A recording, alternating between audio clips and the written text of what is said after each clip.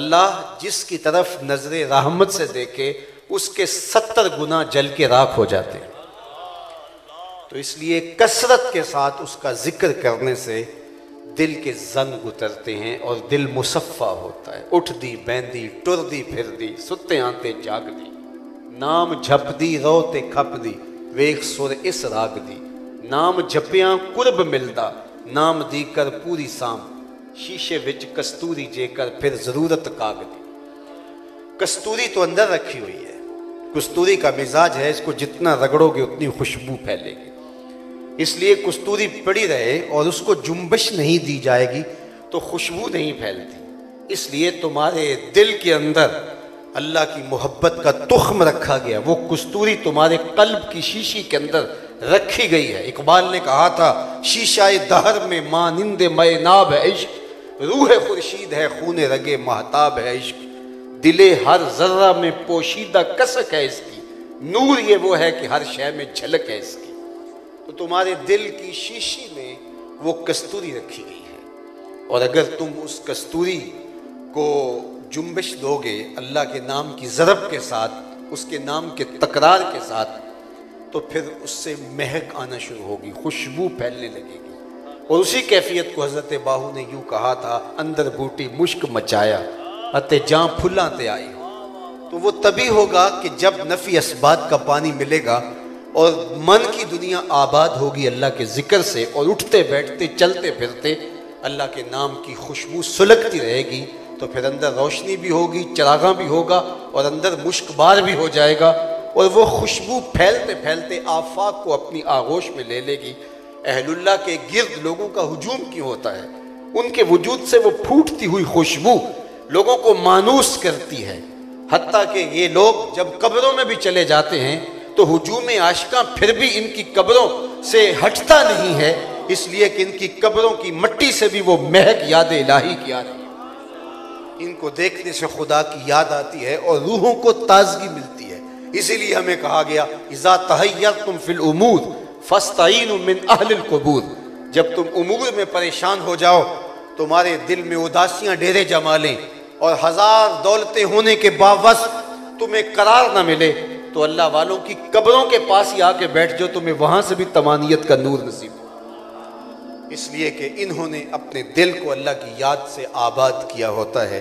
तो कसरत जिक्र दिल के जंग उतारता है और दिल का जंग जब उतर जाए तो ये एक ऐसा आईना है जो जमाले जहां आरा बन जाता है। ये आईना हक नुमा भी है और ये आईना जहां नुमा भी है।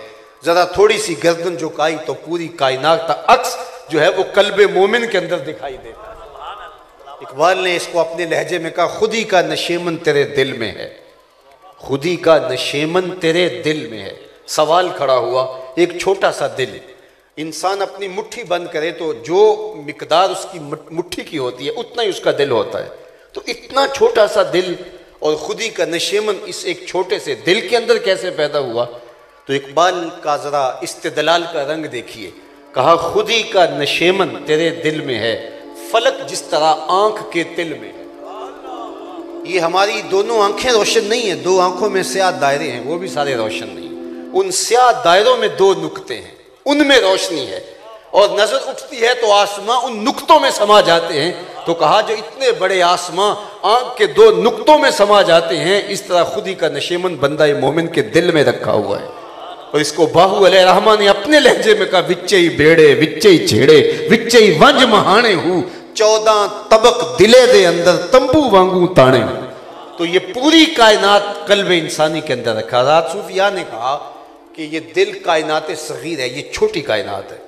पूरी कायनात को समेटे तो दिल बनता है और दिल को फैलाएं तो कायनात बनती है। तो सब कुछ तो यहाँ रखा हुआ है। और अगर ये ही ना सबरा, ये ही अगर दुरुस्त ना हुआ तो जो मर्जी करते रहें तो कभी भी उजाले कभी भी रोशनियाँ नहीं होंगी। और हज़रत रूमी अलैहिर्रहमा का अपना अंदाज देखिए।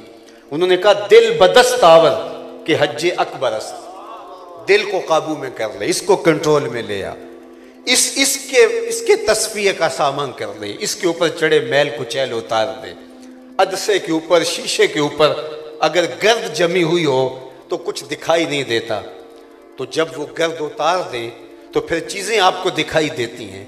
तो कसूर अदसे का नहीं है, कसूर शीशे का नहीं है, कसूर उसके ऊपर जमी हुई धूल का है। मियाँ दिल तो आईना हक नुमा भी है और जहां नुमा भी है, लेकिन हसद, बुग़ज़, कीने और नफरतों की धूल जम गई और कुछ दिखाई नहीं दे रहा। अंदर इतनी बड़ी कायनात मौजूद है और हम अंधेरे में बैठे हुए हैं। इसलिए कहा इसको जब तुम उतार फेंकोगे, तो इसको जब तुम इसके ऊपर से पड़ी हुई गर्द उतार दोगे, तो फिर तुम्हें पूरी कायनात की हकीकतें मुनकशिफ होने लगेंगी। दिल बदस्तावर के हज अकबरस्त, दिल को काबू में ले आ, यही हज अकबर है। अज हजारा काबा यक दिल बेहतरस्त, हजार काबे से एक दिल बेहतर है। क्यों? काबा बुन गाहे खलील अतहरस्त, दिल गुजर गाहे जलील अकबरस्त। काबा हजरत इब्राहिम खलील की गुजरगाह है और दिल रब्बे जलील की गुजरगाह है। इसलिए इसका पाकीज़ा होना, इसका मुसफ़ा होना, इसके ऊपर चढ़े हुए जंग उतरने, ये बहुत ज़रूरी हैं।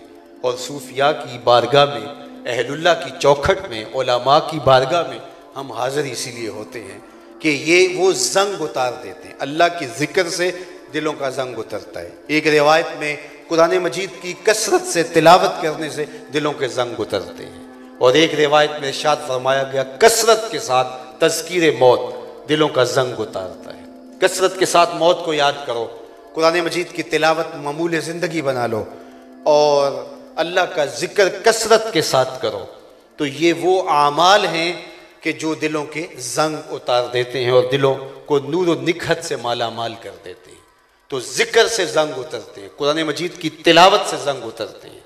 नमाज दिलों के जंग उतारने का बेहतरीन जरिया है। बल्कि हज़रत मुजद्दिद अल-फ़सानी शेख अहमद सरहंदी अलैहि रहमा फरमाते हैं कि सालिक को इब्तदा के अंदर हज जिक्र में मिलता है, और जब वो मुतवस्सित दर्जे में जाता है तो उसको तिलावत कलाम मजीद में लुत्फ़ नसीब होता है, और फिर जब वो आखिरी मरतबे पे पहुँचता है तो उसको सबसे ज़्यादा सुरूर सजदे में नसीब होता है। तो सजदे से दिलों के जंग उतरते हैं। तो आगे इरशाद भी फरमाया वज़कर अस्मा रब्बिही फसल्ला, और नमाज पढ़ी।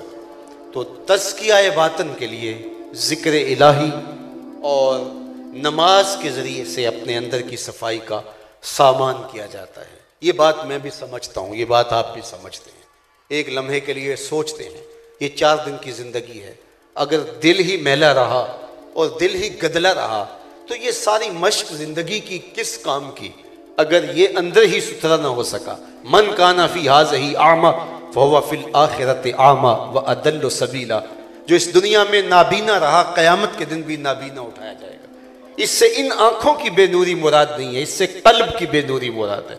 इकबाल ने कहा था दिल बीना कर तलब खुदा से, कि आँख का नूर दिल का नूर नहीं है। तो उस वक्त नाबीने उठाए जाएंगे और वो कहेगा मालिक लेमा हशरतनी आमा वक़द कुन तो बसीरा, मालिक मुझे तो आंखें दी गई थी, मैं तो देखा करता था, लेकिन आज मैं नाबीना क्यों उठाया गया हूँ। तो आज मैं भी सोचता हूँ एक लम्हे के लिए कि यार जब दिल की ज़िंदगी ही ज़िंदगी है, हकीकत तो तभी नसीब होगी जब दिल जिंदा होगा, दिल को नूर नसीब होगा। तो फिर आइए हम जो मश्क ज़िंदगी की कर रहे हैं उसमें वलीयत तो यह है कि अपने दिल को संवारने के लिए, दिल के तज़किए के लिए काम करें।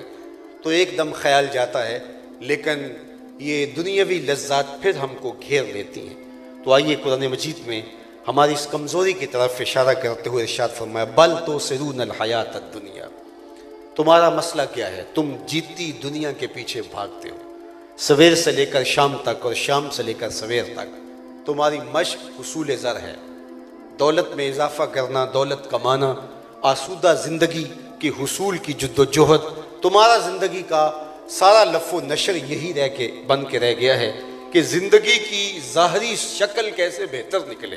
बल तो सिरूनल हयात दुनिया वल आखिरतु खैरुम व अबक़ा, हालांकि अमर वाक़ई ये है कि आखिरत बेहतर भी है और दायमी भी है। बेहतर और दायमी के बदले में आर्जी और जो कमतर है उसको हासिल करने के लिए ज़िंदगी लगा देना ये कोई दानिशमंदी नहीं होगी। इसलिए हमें जो बेहतर है, और बेहतर कितनी और मुस्तकिल कितनी है आखिरत की ज़िंदगी और ये दुनिया की ज़िंदगी, आर्जी और जो है वो कमतर कितनी है। तो मैं सिर्फ 2-3 रिवायात आपके सामने अर्ज़ करके अपनी गुफ्तगू को समेट के इस मफ़हूम को आप तक पहुँचाने की कोशिश करूँगा। दुनिया और आखिरत की मिसाल अल्लाह के महबूब अलैहिस्सलाम ने इरशाद फरमाई कि ये दुनिया और आखिरत, इन दोनों का मुआजना ज़रा देखिए। एक तो खैर व अब का, पहली बात आखिरत बेहतर है, और दूसरी बात अब का दायमी है, ये ख़त्म हो जाने वाली। और दूसरा ये है भी जो है वो कम तर। हज़रत इमाम राज़ी अलैहिर्रहमान ने लिखा है इसी आयत करीमा के तहत कि आखिरत के पत्थर भी मिल जाएं और दुनिया के हीरे जवाहरात भी हाथ में आ जाएं तो फिर भी वो बेहतर है, इसलिए कि वो दायमी है। और दूसरी बात यह है कि आखिरत दुनिया के मुकाबले में जब इसका मुआजना किया जाए तो दुनिया आखिरत के मुकाबले में बेचती क्या है। अल्लाह के महबूब अलैहिस्सलाम से सुनिए, फरमाया कि जिसको जन्नत में एक कोड़ा रखने की जगह मिल जाए, एक असा रखने की, एक डंडा रखने की जगह मिल जाए, सिर्फ इतनी जगह अगर जन्नत में किसी के पास हो, दुनिया व माफी हा से वो जगह ज्यादा कीमती है। ये है जन्नत की कीमत, ये प्रॉपर्टी वैल्यू है ना। आप दूर दराज देहात के अंदर कोई 2-4 एकड़ भी फरोख्त करें तो यहाँ बसीरपुर बाजार में हो सकता है 2-4 एकड़ के बदले में एक मरले की एक दुकान खरीद पाएं।